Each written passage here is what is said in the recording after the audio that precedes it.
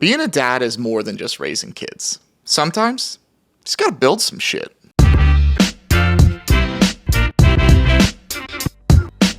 In today's episode of What the Hell Did I Get Myself Into, watch me build an outdoor TV wall using concrete board, wood, and a shitload of stone. Much like every woman in their mid-40s, I start every project on Pinterest. Gotta know what you like before you buy anything, or more importantly, before you demolish anything. Now, before any nail is nailed, or screw is screwed, I always start with blue tape. It's cheap, it's easy to adjust, and it's the exact visual that my wife needs to sign off on any project. For this project, I marked out the TV width and the width of the total wall. I wanted to make sure that the TV looked appropriately sized for the size of the wall. I landed on a 50-inch TV and about a 75-inch wall. Being an outdoor TV, I used pressure-treated wood.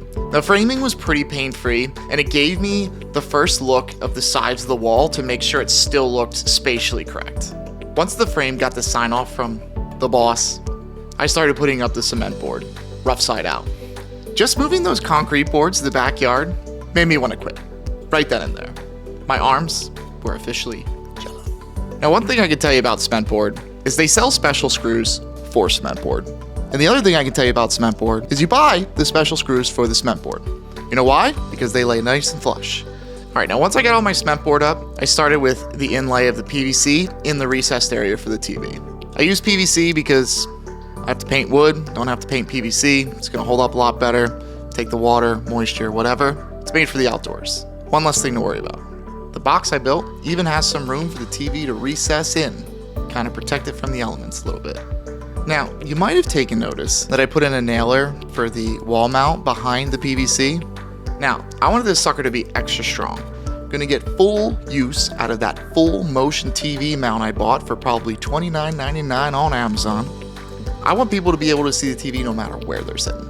Next, I installed the outlet. I used one of those outdoor outlet boxes, and I made sure to use a GFCI outlet, just in case it gets wet.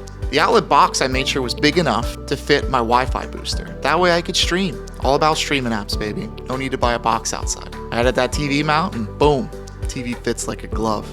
Now, anyone that's looked at any real outdoor TVs knows that they are hella expensive. I just bought an Amazon Fire TV with Alexa. Hello, Alexa.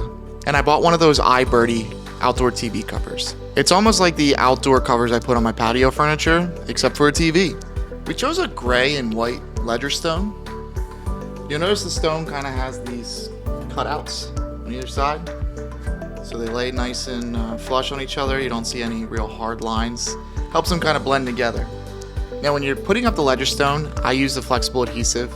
It's way more expensive, but it's supposed to last a lot longer, especially in the elements. I live in Pennsylvania. We go from hot to cold, wet to dry. We're all over the place. The flexible adhesive is supposed to expand and contract without cracking, so the pieces just don't fall off.